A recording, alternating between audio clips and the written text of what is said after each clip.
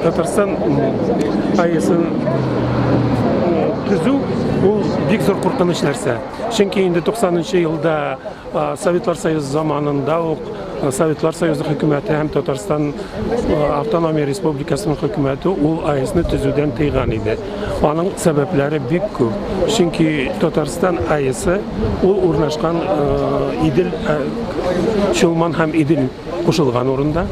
Әгәр дә анда берәр төрле авария була калса, ул бик зур фаҗигаға китерәчәк. Бу беренчедән, икенчедән, менә Кама аланы дигән җирдә урнашкан бит инде Татар АЭС'ы, ул 30 километр Түбән Кама шәһәреннән. Түбән Кама шәһәрендә Европадагы иң зур химия комбинаты бар. Әгәр дә инде ул берәр нинди авария булса, ул химия комбинаты ярты Европа, Россиянең Европа өлешен юк итәчәк. Өченчедән, анда Чулман белән Идел кушылган җирдә, ул урнашкан җирдә, ул җир тетрәүләр булырга мөмкин. Аны инде геологлар күрсәттеләр.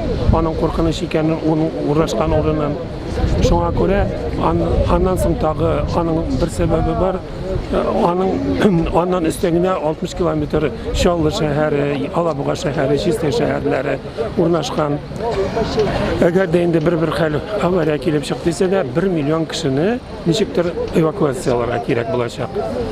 Ничә уйлыйсыз, менә барлык буларны Татарстан түрәләре яисә Русия түрәләре белмиме?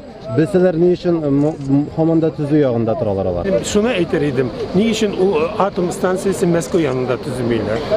Менә Мәскәү янында төзүселәр була бит инде. Монда кайдадыр милли республикалар урнашкан. Ул бит инде Башкортстаннан да ерак түгел, Удмурт республикасыннан да ерак түгел.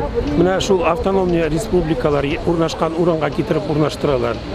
Чөнки бер хәл килеп чыкса, ниндидер кечкенә халыклар дип әйтик инде, куштырнаклар эчендә юкка чыксалар да, алар өчен ул зур югалту булмаячак.